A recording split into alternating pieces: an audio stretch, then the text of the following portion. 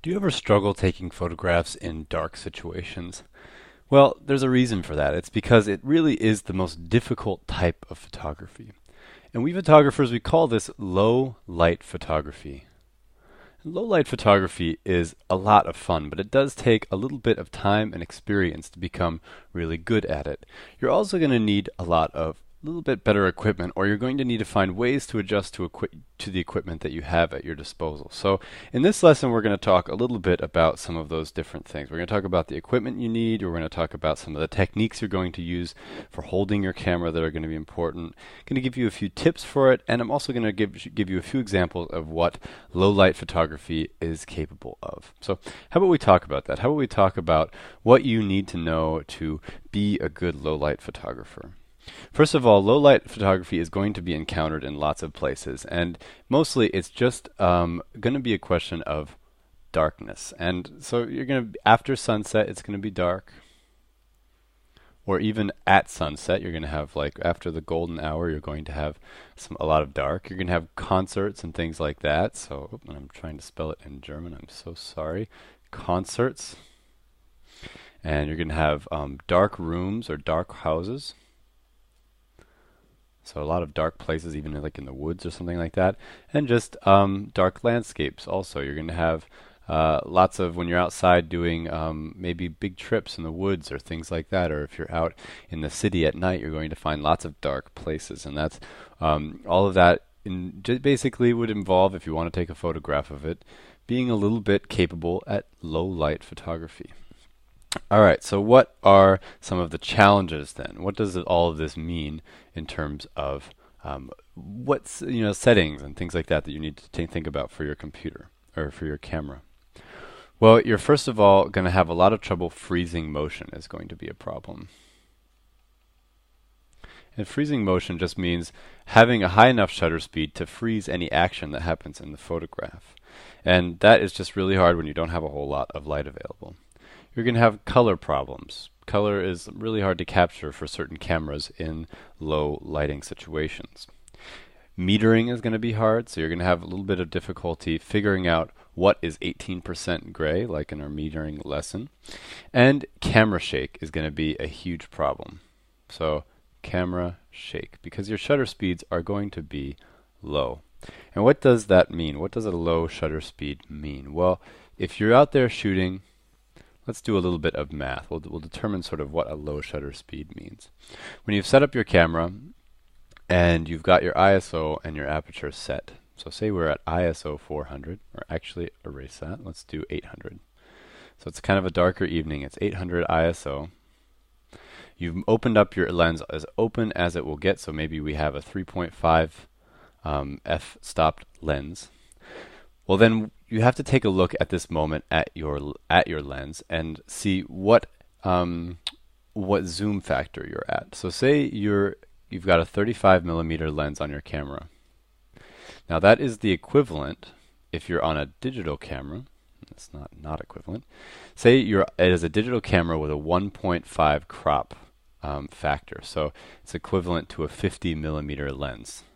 So if you don't know what I mean by that, it's basically that if you've got a digital camera with a DX sensor, it crops the photo. So a 35 millimeter lens actually creates an image that is a 50 millimeter image, essentially. So like it would be a 50 millimeter image on a film camera, but not on the digital camera that you have.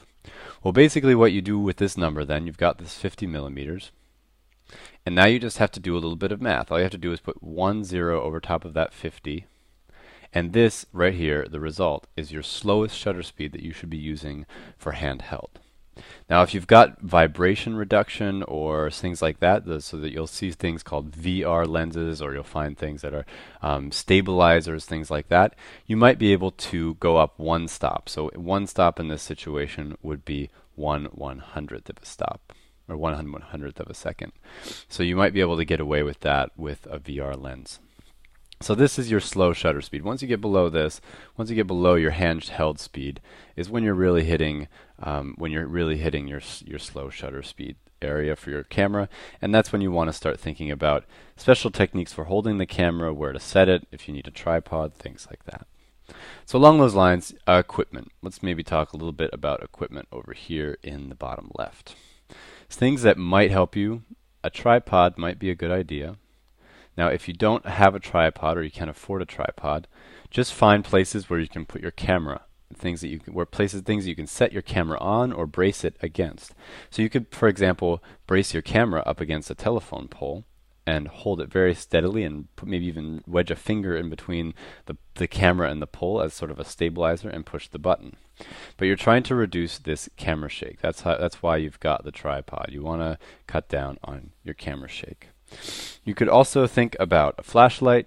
Would be a good idea. I find flashlights are great for lots of things. For example, for working with the camera. Sometimes you have buttons you might not know where they're at.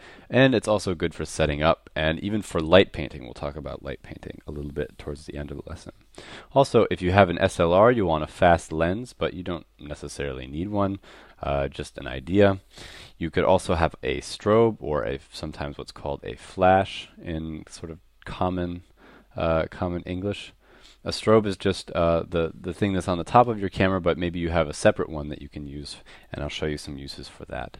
Another thing you could try is having a cable release. I'm not going to write it down because it's really a little bit extra, and most people don't really need it. All right, so that is kind of an introduction to some of the concepts here, some of the things that you might need to know, and some of the things that I might mention here in this lesson. All right, so let's just take a couple example images here. We're going to start out back in Montana, where I come from, and I took this hike with my friend Christopher. And Chris is sitting here next to the fire, and I am at ISO 400. I'm at f5. I'm at a 15th of a second. Now, just a little bit later, and this is just really just after sunset, so right here the sun's setting, and right here over on the right, the sun has already set. And still we're at 400, and still we are at f5. But now we are at 10 seconds. So that is a huge difference. That is multiple times longer. This right here is your low shutter speed situation. And I did this with a tripod. Don't necessarily need to. I could have set it on a rock. I could have put it on my camera bag, whatever was high enough to get the image that I wanted. But you can see here that Chris didn't move during the image. It's while I was taking the photograph. And luckily he was just tranced out staring into the fire, and I just took a photo while he was doing that. I didn't have to ask him to do that or anything like that. But if he were to move, the photo would be sort of different. It would be it might have, I would say, ruined, but not necessarily. But you can see here, because the exposure is so long, you can see the sparks coming up off the fire. You can see the glow of the fire everywhere, the glow of the sky, the big, beautiful Montana sky back there. And you can really kind of see everything. And you can see also the difference here between these two photographs. I would say both of them are low light photographs, but this one over here to the right is much lower and definitely is a little bit harder of an image to get. You can get this image to the right with just about any camera, even a really inexpensive camera, but it really is going to push the limits of your camera. And we should talk a little bit maybe about that as we're rolling through here. Really good cameras have a much better sensor in terms of its ability to capture low light. That's really what makes a sensor really a quality sensor. And so when they put a sensor in a really cheap camera or in a cell phone, it's often just a sensor that is pretty light sensitive, but not very. And when you turn up the power on that sensor, and as you get up towards the higher ISO ranges, that's where you really start seeing sort of the quality fall off, and that's where the images start to kind of become a little bit less pretty.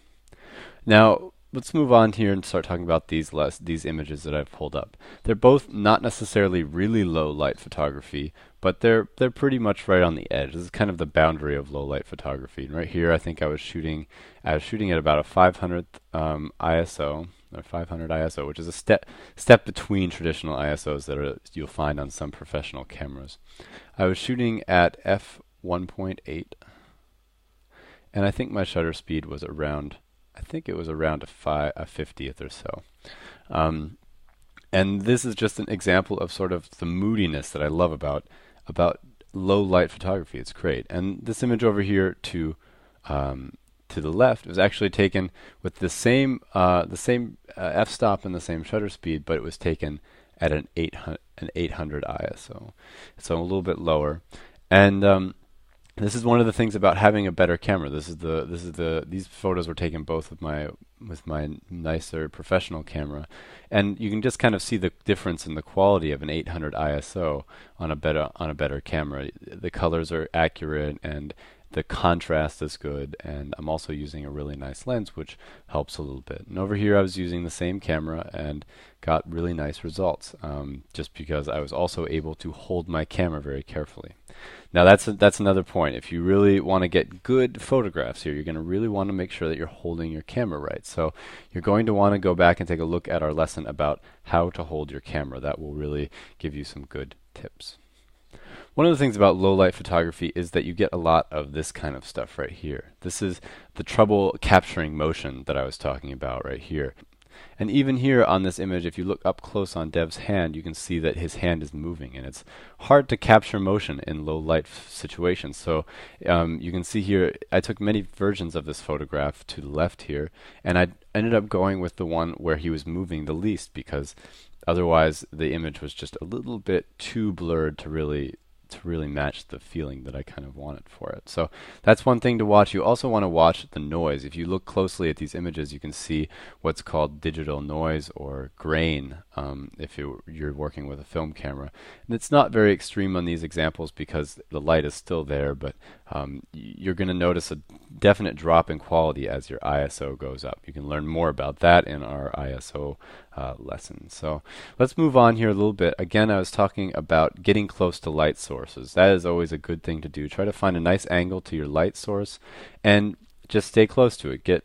Try to get some different angles without burning yourself. I think I almost actually caught my sleeve on fire taking the photo to the right here. And to the left you can see I just caught there was a light coming down beaming through this wine glass, and it made this cool reflection on the table. Kind of I don't know if you'd call it a reflection, but whatever, sort of went through and made this pattern on the table.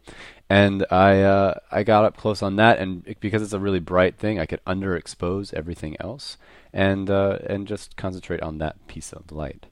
And that's another thing. You're going to have to really watch your exposure in these sort of situations. And I would say if you're in doubt, I would underexpose.